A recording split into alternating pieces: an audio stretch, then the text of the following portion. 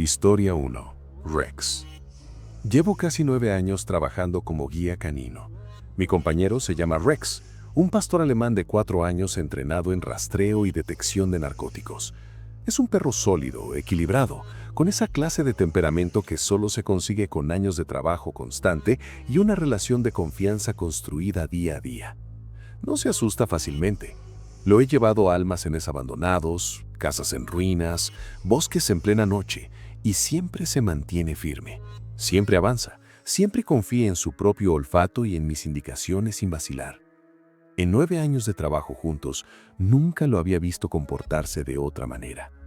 Por eso, lo que ocurrió aquella noche se quedó conmigo de una manera que no ha desaparecido con el tiempo. Nos llamaron para apoyar a la patrulla en el registro de una vivienda después de una persecución a pie en la zona. Los agentes habían intentado detener a un sospechoso masculino a unas manzanas de distancia y el hombre había huido. Lo persiguieron a través de varios jardines traseros y lo perdieron de vista cerca de esa propiedad. La puerta lateral del jardín estaba abierta cuando llegaron y la puerta trasera de la casa no estaba cerrada con llave. Los vecinos habían reportado haber escuchado ruidos de forcejeo en el jardín trasero minutos antes, lo que añadía urgencia a la situación. Los agentes de patrulla habían barrido la planta baja, pero no se sentían cómodos declarando el edificio seguro.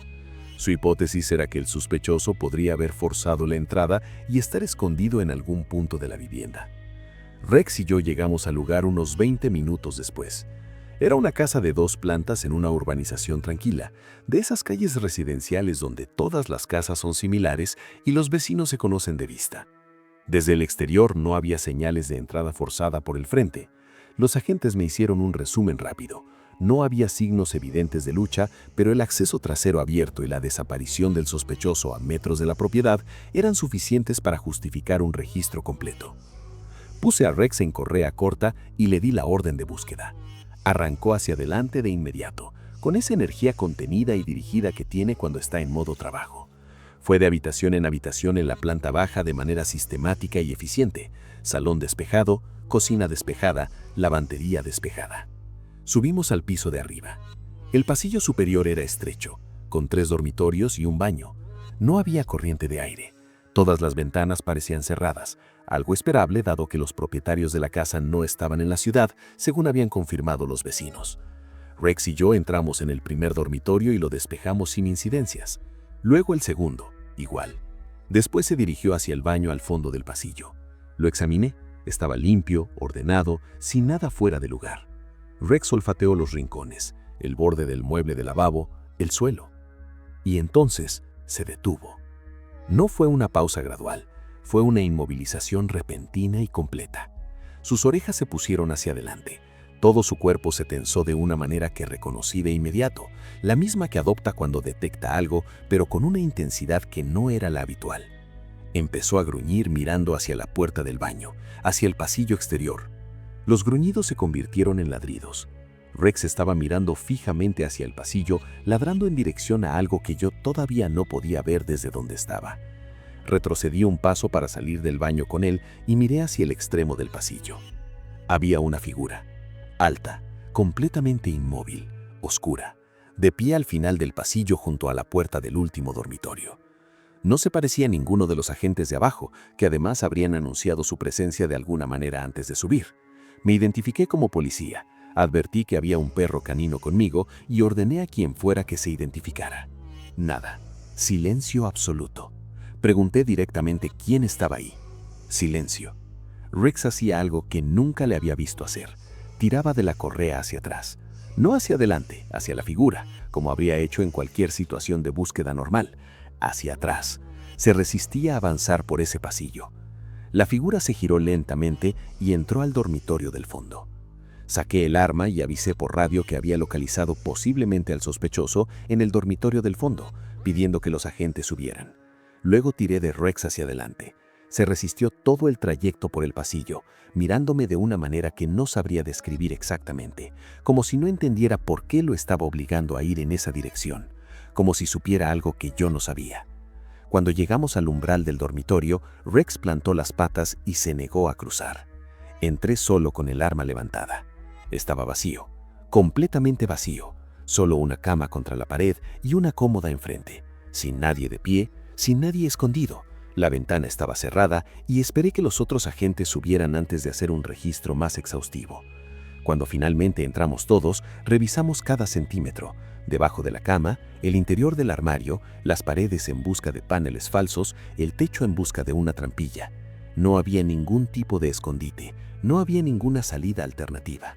La ventana estaba cerrada y no había sido manipulada. Rex no entró al cuarto en ningún momento. Se quedó en el umbral del pasillo durante todo el registro. Uno de los agentes intentó llevarlo adentro con él. Rex se negó, no con agresividad, sino con esa resistencia pasiva y completamente firme de un animal que ha tomado una decisión y no va a cambiarla.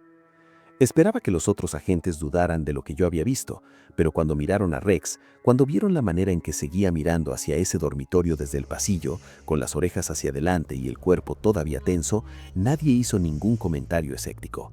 Después de unos 20 minutos, les dije que necesitaba sacar a Rex del edificio. Mientras bajábamos las escaleras, él seguía mirando hacia atrás, hacia el pasillo del piso de arriba, hacia ese dormitorio vacío. En cuanto salimos al exterior y el aire fresco de la noche llegó a sus fosas nasales, se relajó parcialmente. Cuando lo metí en su jaula en el vehículo, se hizo un ovillo de inmediato. Pero no me miró de la manera que normalmente me mira después de un trabajo. Esa mirada de satisfacción tranquila que tienen los perros cuando han completado algo. Esta vez simplemente se tumbó y cerró los ojos. He repasado ese momento miles de veces desde entonces. La explicación más racional que encuentro es que era una persona real, posiblemente el propio sospechoso, que encontró alguna salida que nosotros no detectamos, alguna vía de escape que se nos escapó en el registro. Quizás hay una explicación completamente mundana que simplemente no encontramos esa noche. Pero Rex había rastreado sospechosos armados sin dudar ni una sola vez. Había entrado en entornos mucho más peligrosos y cargados que esa casa sin mostrar la menor vacilación. Y ese dormitorio, ese cuarto vacío con una cama y una cómoda, fue el único lugar en 9 años de trabajo al que se negó absolutamente a entrar. Confío en ese perro más de lo que confío en mis propios instintos. Y él no quería entrar a ese cuarto. Historia 2. La voz del niño.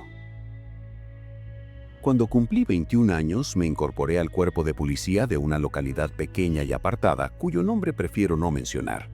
El departamento necesitaba agentes nuevos y yo era un padre joven que necesitaba dinero, así que el momento no podía haber sido mejor.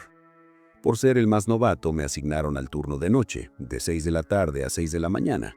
Los compañeros de la comisaría a veces me tomaban el pelo por mis horarios, diciéndome que siempre me tocaban los peores turnos. A mí en realidad no me importaba, siempre había sido noctámbulo.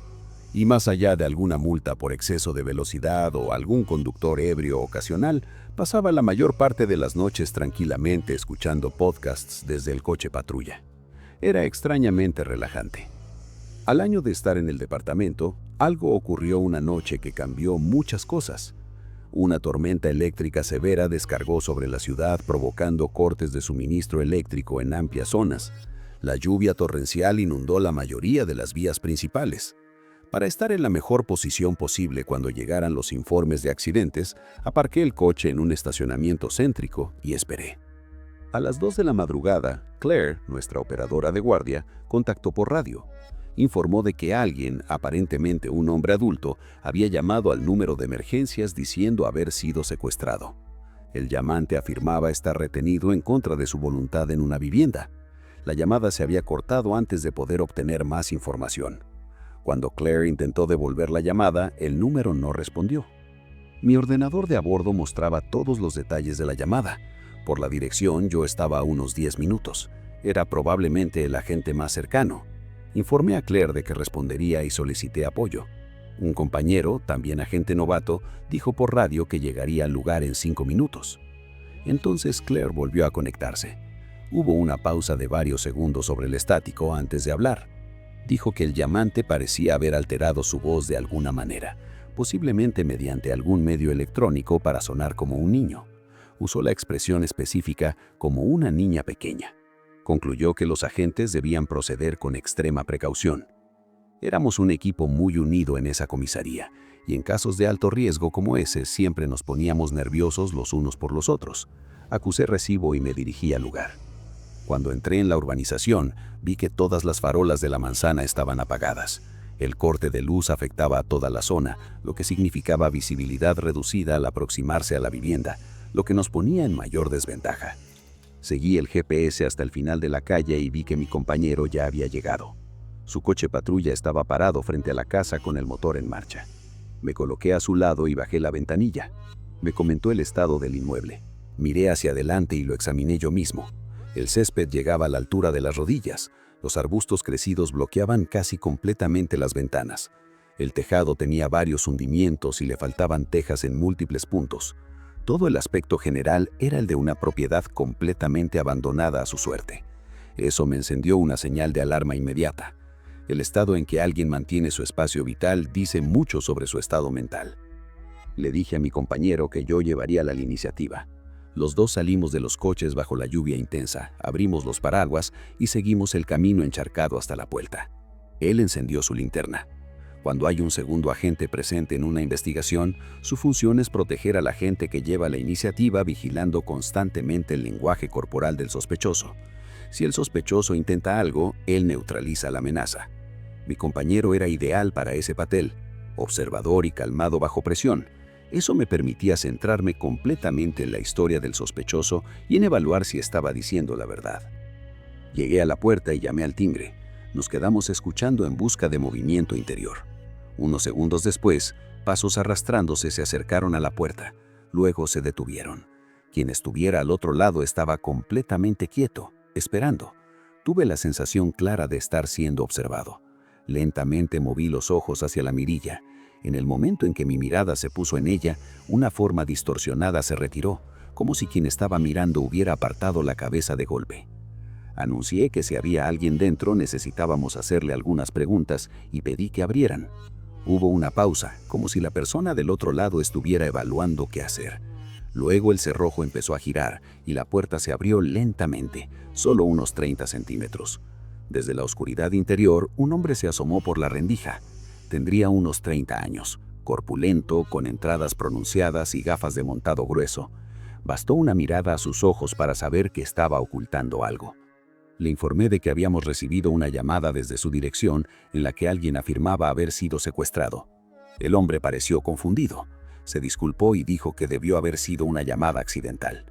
Le pregunté que si había sido accidental, cómo explicaba la voz que se escuchaba en la llamada.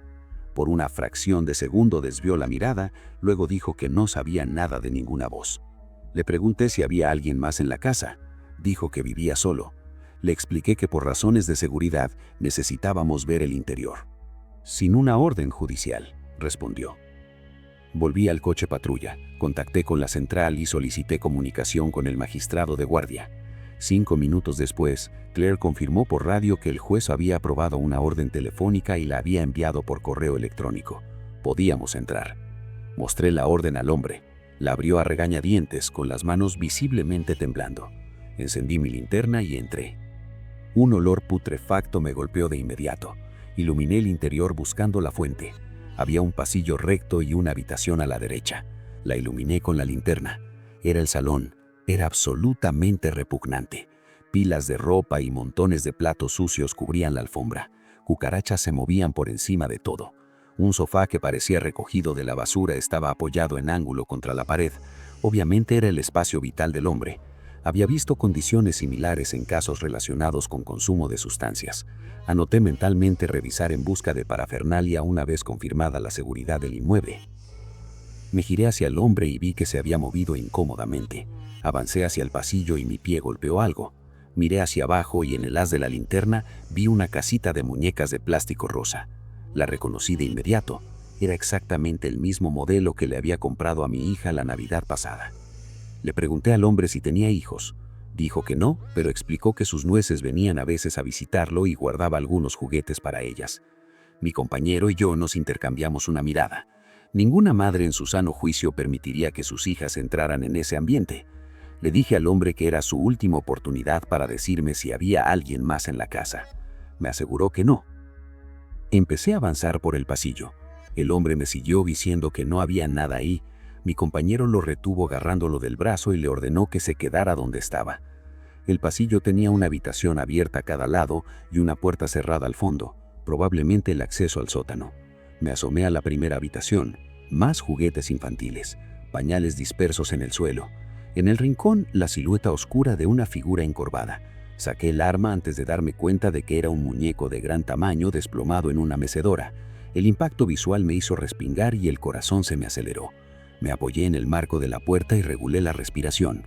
Cuando pude examinar el muñeco con más calma, vi que era el más grande que había visto en mi vida, tan grande como una persona adulta. Lo habían vestido con ropa de mujer. En la cama de al lado había blusas, vaqueros y ropa interior femenina ordenada en pilas organizadas, separados por colores con una meticulosidad que contrastaba brutalmente con el caos de toda la casa. Despejé esa habitación y seguí. La segunda estaba vacía. Llegué a la puerta del fondo. Desde atrás el hombre me preguntó si quería ver el piso de arriba. Le dije que sí, pero antes iba a ver el sótano. Respondió de nuevo que no había nada ahí abajo. Escuché a mi compañero ordenarle que se quedara quieto, lo que significaba que probablemente intentaba seguirme. Cuanto más me acercaba a esa puerta, más agitado se ponía el hombre. Agarré el pomo, lo giré y empujé. La puerta chirrió sobre sus goznes. Un tramo de escalones de madera descendía hacia una roma en completa oscuridad. Iluminé el área alrededor del desembarco, tan revuelto y desordenado como el piso de arriba. Desde el fondo de la habitación, en un área que mi luz no alcanzaba, algo traqueteó. Avisé a mi compañero de que había escuchado movimiento. El hombre respondió en su lugar, disculpándose repetidamente. Empecé a bajar. Cada escalón crucía bajo mi peso. El ruido del fondo se intensificó. Las disculpas del hombre se intensificaron también. Llegué al desembarco y barrí la linterna por pilas de cajas y hiera. Nadie en mi línea de visión. Al otro lado de la habitación había otra puerta. El ruido venía de ahí. Saqué el arma y ordené a quien estuviera dentro que saliera despacio con las manos visibles. El movimiento cesó. Repetí la orden en voz más alta. La puerta seguía cerrada. Crucé la habitación sorteando cajas y muebles viejos con el arma apuntando hacia adelante. Me coloqué al lado del marco de la puerta, fuera de la línea de fuego por si había un arma al otro lado. Agarré el pomo, lo giré y abrí de golpe manteniéndome pegado al marco. Unos momentos que se hicieron eternos. Luego apunté directamente al interior. Lo que encontré en esa habitación no voy a describirlo en detalle porque hay aspectos que todavía forman parte de un proceso judicial, pero esto es lo que ocurrió. Había un hombre de mediana edad retenido en ese sótano. Era padre de familia y una persona respetada en su comunidad. Meses después de su desaparición, todos, incluida su familia, habían asumido que estaba muerto. Historia 3. La silla. Llevo algo más de 8 años como agente de patrulla. He trabajado noches la mayor parte de ese tiempo. Con los años uno ve de todo en el turno de medianoche. Peleas domésticas, conductores ebrios, robos, sobredosis. Después de un tiempo la mayoría de los avisos empiezan a mezclarse entre sí. Llegas, separas a las personas implicadas, tomas declaración, haces el arresto si procede y sigues adelante. Hay muy pocos avisos que se quedan contigo de verdad. Este es uno de ellos. Ocurrió a finales de octubre, hace unos años, a las 2:40 de la madrugada. Central me avisó por radio de una llamada de emergencias interrumpida. La vecina de una vivienda había reportado haber escuchado a una mujer gritando desde el interior de la casa de al lado. La dirección era una calle residencial tranquila, de esas con casas unifamiliares bien mantenidas que no generan mucha actividad policial. La vecina indicó que los gritos habían cesado antes de que pudiera marcar el número de emergencias, pero que estaba segura de haber escuchado a alguien pedir ayuda. Estaba a 5 minutos. Cuando aparqué, la calle estaba en completo silencio. La mayoría de las casas tenían las luces apagadas a esa hora. Había empezado a caer una lluvia ligera, suficiente para hacer brillar el asfalto bajo las farolas, pero no para dificultar la visibilidad. La casa en cuestión era de 2 plantas con un pequeño porche delantero. No había luces visibles en el interior desde la calle. Aparqué a varios metros de distancia y me acerqué a pie. Cuando me acerqué lo suficiente, noté que la puerta principal estaba entreabierta. Eso elevó mi estado de alerta de inmediato. Confirmaba que había algo de validez en lo que la vecina había reportado. Avisé a Central de que estaba en el lugar y de que había una puerta abierta y solicité otra unidad. La más cercana llegaría en unos 10 minutos como mínimo. Subí los peldaños del porche y escuché. solo la lluvia sobre el suelo y las hojas. Llamé al marco de la puerta y me identifiqué. Sin respuesta. Volví a llamar, más fuerte.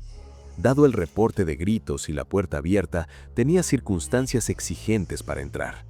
Empujé la puerta lentamente y entré. El salón estaba directamente frente a mí. Limpio, ordenado, sin señales de lucha ni de entrada forzada. Registré el salón primero, comprobando detrás del sofá y en los rincones. Luego avancé hacia la cocina. Encimeras limpias, un fregadero con platos. En la mesa había un vaso con lo que parecía agua. Anoté ese detalle mentalmente. Alguien había estado sentado ahí no mucho tiempo antes. Volví a identificarme en voz alta, indicando que si había alguien en la casa se viera a conocer. Mi voz sonó demasiado alta en el silencio del lugar. Raramente me ponía nervioso en avisos nocturnos, pero algo en esa casa me estaba poniendo incómodo de una manera que no podía precisar. Seguía esperando que alguien respondiera desde el piso de arriba. Nadie lo hizo. Avancé por el pasillo hacia el fondo. Un baño a la derecha, un dormitorio de invitados a la izquierda, ambos despejados. Al final del pasillo, una escalera que subía al piso superior. Cuando puse el pie en el primer peldaño, escuché un sonido desde arriba, tenue, rápido, como un pie arrastrándose sobre moqueta. Me detuve y escuché. Saqué el arma y continué subiendo despacio, peldaño a peldaño, con la linterna apuntando hacia adelante. El pasillo del piso superior tenía 3 puertas, 2 cerradas, una entreabierta, la del fondo. Cuando llegué arriba, volví a escuchar el sonido, un movimiento suave desde esa dirección. Me identifiqué por tercera vez y ordené que quien estuviera dentro mostrara las manos. Sin respuesta. Me acerqué a la puerta entreabierta y la empujé con el pie. Era un dormitorio más grande que el de abajo. La cama estaba deshecha con las sábanas colgando parcialmente. La lámpara de la mesilla estaba caída en el suelo. Fue lo primero que vi que no encajaba. Entré y revisé el armario. Vacío. Miré debajo de la cama. Nada. La ventana estaba cerrada con el pestillo, sin ninguna vía evidente de entrada o salida. Esa sensación incómoda en el pecho que uno desarrolla cuando algo no cuadra se instaló con más intensidad. El segundo dormitorio era claramente el cuarto de un niño por los juguetes en el suelo, la cómoda pequeña y los pósters en las paredes, sin nadie dentro. La última puerta era el baño. Cuando extendí la mano hacia el pomo, noté algo en la moqueta del pasillo frente a la puerta. Una mancha oscura. Primero pensé que era una sombra creada por el ángulo de mi linterna. Luego vi que era húmeda. Me agaché y la toqué con el guante. Sangre. No una cantidad enorme, pero suficiente para formar un pequeño charco. El pulso se me aceleró al instante. Lo comuniqué por radio y pedí que aceleraran la unidad de apoyo. Empujé la puerta del baño y encendí la luz con el codo. La cortina de la bañera estaba corrida. Había rastros de sangre en las baldosas del suelo que llegaban hasta la bañera. Me acerqué y descorrí la cortina de golpe. La bañera estaba vacía, pero había más sangre cerca del desagüe. El patrón sugería que alguien había estado de pie en esa bañera sangrando. Registré todo el baño. Nada. El apoyo todavía tardaba varios minutos. Estaba solo en la casa con sangre fresca y sin víctima visible. Hice otro barrido del piso superior, más lento esta vez. Entonces escuché un sonido procedente de abajo, un crujido de tarima bajo un peso. Primer piso. Me moví hacia las escaleras y apunté la linterna hacia la oscuridad de abajo. El salón seguía oscuro y no veía movimiento, pero lo sentía. Esa sensación de estar siendo observado que uno aprende a reconocer con los años. Bajé despacio, controlando la respiración. Al llegar abajo, despejé el salón y la cocina de nuevo. Fue entonces que noté algo que había pasado por alto antes. Una puerta junto al refrigerador, que había asumido que era la despensa. Estaba ligeramente entreabierta ahora. Estaba prácticamente seguro de que antes estaba cerrada. Me acerqué y la abrí más. No era la despensa. Era un tramo de escaleras estrechas que descendían hacia el sótano. Intenté el interruptor de la luz del techo. No respondió. O la bombilla estaba fundida o alguien había cortado el suministro ahí abajo. Las escaleras descendían hacia oscuridad completa. Avisé a Central de que iba a entrar al sótano. No había manera de quedarme arriba sabiendo que posiblemente había alguien moviéndose por debajo de mí. Empecé a bajar. El sótano no estaba terminado. Suelo de concreto, vigas expuestas en el techo, cajas apiladas a lo largo de una pared. Cuando bajé el último peldaño, vi una silla en el centro de la habitación, una silla plegable metálica, y en el suelo, bajo ella, un charco de sangre considerablemente más grande que el que había visto arriba. La silla tenía bridas de plástico atadas a los reposabrazos, cortadas. Barrí el resto del sótano con la linterna. Entonces, mi luz captó movimiento en el rincón del fondo. Una figura se lanzó detrás de una pila de cajas. Grité que se detuviera y empecé a moverme hacia ella, pero se movía rápido, dirigiéndose hacia el fondo del sótano, donde había una pequeña ventana cerca del techo. Escuché el cristal romperse. Cuando llegué a ese rincón, la ventana estaba destrozada y quien estuviera ahí ya había forzado el paso a través de ella hacia el espacio lateral entre casas. Salí detrás, cortándome la mano con los restos de cristal en el marco. Fuera seguía lloviendo. Vi una figura oscura corriendo al callejón al final de la manzana. Perseguí durante un tramo, pero la perdí cuando dobló la curva. El apoyo llegó minutos después. Establecimos un perímetro. Respondió la unidad canina. Llegaron los detectives, pero nunca encontramos a la persona que huyó. La casa pertenecía a un hombre que vivía solo. No estaba. Encontramos su cartera arriba y su teléfono en la encimera de la cocina. Los indicios mostraban que había sido retenido en esa silla del sótano. La sangre era suya, mucha, pero no suficiente para confirmar que había muerto ahí. Nunca fue encontrado. La vecina que llamó al número de emergencias juraba escuchar gritar a una mujer. Nunca identificamos a ninguna mujer relacionada con esa dirección, ni había señales de que otra persona viviera ahí. No sé si interrumpí algo que todavía estaba ocurriendo o si llegué después de que ya había terminado. Quien estuviera en ese sótano, si no hubiera hecho caer esa pila de cajas al moverse, podría haber salido de esa casa pensando que era una falsa alarma. El caso del hombre desaparecido sigue técnicamente abierto. De vez en cuando paso por esa calle en patrulla. Una nueva familia vive en esa casa. Ahora, a veces veo las bicicletas de los niños en la entrada. Es un barrio normal, pero a veces pasan cosas muy disturbantes en los lugares más normales. Historia 4. Jingle Bells. Me llamo Gregorio, y esto ocurrió el pasado diciembre cuando me quedé solo en casa durante toda una semana. Mi novia había ido a pasar las fiestas con sus padres y yo me quedé atrás por motivos de trabajo. Vivo en un barrio tranquilo de una ciudad pequeña en el norte del país, donde las casas están bastante separadas entre sí y la mayoría de los vecinos de mi calle se van fuera en Navidad. Básicamente me quedé con toda la calle para mí solo. Al principio me gustó la idea. Pensé que podría descansar bien, ponerme al día con algunas series, disfrutar de la tranquilidad navideña sin el ajetreo habitual. Pero lo que ocurrió esa semana todavía vive dentro de mi cabeza con una claridad que no ha disminuido con el tiempo. Fue en mi segunda noche solo. Eran alrededor de las 6:30 de la tarde y ya era completamente de noche afuera. Había estado nevando ligeramente durante todo el día y había una capa blanca sobre el jardín y la entrada de coches. Estaba en la cocina preparando una cena sencilla, pasta con pollo. Normalmente mi novia es la que cocina en casa, yo no tengo mucha maña en la cocina. Había encendido la televisión de fondo para que la casa se sintiera menos vacía, porque aunque me alegraba tener el espacio para mí solo durante un tiempo, no estaba acostumbrado a ese silencio tan total. Mientras comía en la mesa, escuché algo inusual. Tardé un momento en identificar de qué se trataba. Sonaba como alguien cantando. Bajé el volumen de la televisión y escuché con atención. El sonido venía claramente del exterior. A medida que prestaba más atención, fui distinguiendo la melodía con más claridad. Era Jingle Bells, la versión lenta, monocorde, cantada por una sola voz. Mi primer pensamiento fue que podría ser algún niño del barrio jugando afuera, pero la voz no sonaba a niño, sonaba a un hombre adulto. Me levanté de la mesa y me acerqué hacia la puerta de entrada porque parecía ser la dirección de donde provenía el sonido. Cuanto más me acercaba, más alto se escuchaba. Cuando llegué a la puerta, el canto sonaba como si viniera directamente del otro lado, como si la persona estuviera plantada en mi porche. Sentí una incomodidad en el estómago, pero en ese momento todavía me dije que quizás era simplemente un villancico. Abrí la puerta.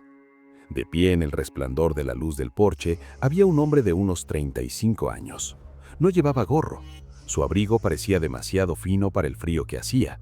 Pero lo más extraño era que estaba completamente concentrado en cantar, con los ojos fijos en el felpudo de bienvenida, como si no fuera consciente de que yo había abierto la puerta. Recuerdo que esbocé una sonrisa forzada porque no sabía qué otra cosa hacer. Nunca antes había tenido villancicos en mi puerta, aunque incluso así, nunca había escuchado hablar de un hombre adulto haciéndolo en solitario. Siempre he entendido que es algo que hace un grupo. El hombre no parecía peligroso. De hecho, tenía el aspecto de alguien confundido o quizás con alguna dificultad cognitiva, porque no reaccionó en absoluto a mi presencia. Simplemente siguió cantando. Cuando terminó la canción, esperé que dijera algo o que al menos se marchara, pero tomó aire y empezó Jingle Bells de nuevo desde el principio, con el mismo tono lento y desafinado, excepto que esta vez levantó la vista y me miraba directamente a los ojos mientras cantaba. La sonrisa se me cayó de la cara. Me quedé ahí otro minuto fingiendo escuchar, aunque la situación me resultaba cada vez más incómoda. Seguía pensando que pararía después de la segunda vez, pero no paró. Simplemente repetía la canción en bucle.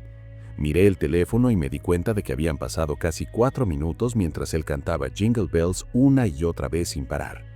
Finalmente decidí que era suficiente. Le dije en tono educado que muchas gracias, y cerré la puerta despacio esperando que eso le indicara que podía irse. Si quieres saber qué pasa después, dale like y te traigo la continuación.